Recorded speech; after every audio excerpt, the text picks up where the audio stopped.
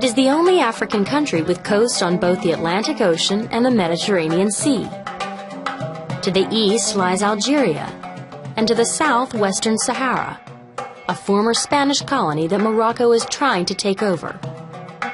The Atlas Mountains form a backbone that extends from the southwest to the northeast. In the southeast lies the Sahara Desert, while plains and plateaus dominate the area west of the mountains. The capital, Rabat, is located on the northwest Atlantic coast, at the mouth of the Bou Regreg River. In Morocco, you can easily find sand, sea, and snow. The coastal areas enjoy Mediterranean-style weather, with mild, wet winters and warm, dry summers. Ocean breezes help moderate the temperature, but winds from the Sahara may push the thermometer above 100 degrees Fahrenheit, even on the coast. The flag of Morocco has a red background with a black-bordered green pentagram representing the Seal of Solomon, a Jewish symbol. The national anthem of Morocco is called the Cherifin Anthem. Morocco's culture has been greatly influenced by invaders such as Muslim and Roman people that sculpted their religion and social aspects.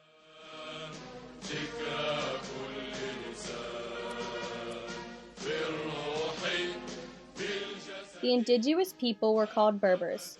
They were the first to be invaded by the Romans, which is why they acquire Roman habits and customs that still thrive today.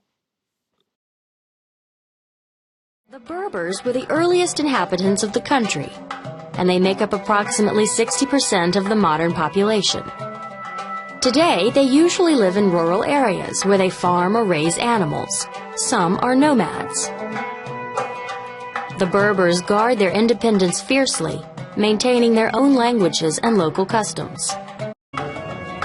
Almost all Moroccans are Muslim and speak Arabic, the official language.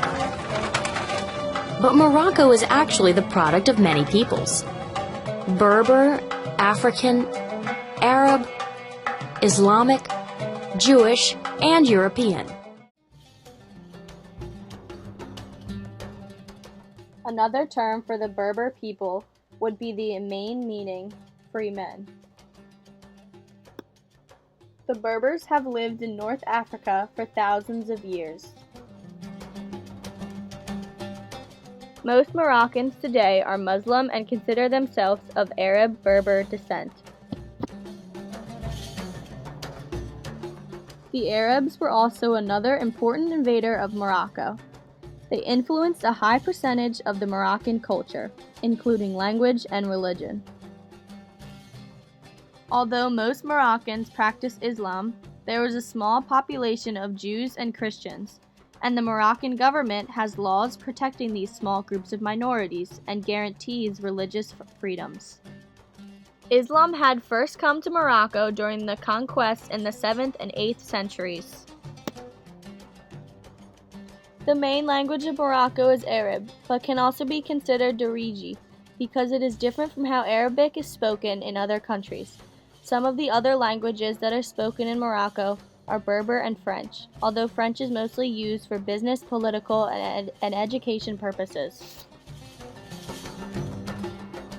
In Morocco, there is a very large gender gap, the literacy rate difference having a 25% gap, with the male rate being 64% and the woman's rate for 39% for city folk, while literacy in rural areas women is an estimated 10%. The French and the Spanish ruled over Morocco until their people declared their independence in 1956, when a constitutional monarchy was made. But France and Spain cultural influences are still very strong within the country.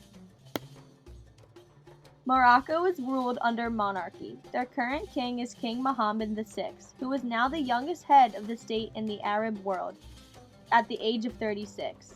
He was coronated after his father, King Hassan, died after 38 years on the throne. The Muslim culture is very big on the preservation of knowledge and general education. so some mosques had open schools and universities. Morocco is the home of Al Qarawiyyin University, which is the oldest university in continuous operation in the world. Morocco's largest trading partners are France and Spain. Agriculture is one of Morocco's biggest incomes. For example, barley, wheat, olive, citrus fruits, and wine grapes. Another large income to the country is that Morocco has the world's largest supply of phosphate, which is in fertilizers, animal feed, and pesticides. Morocco signed a peace and friendship treaty with the United States in the year 1787. This treaty is still intact today.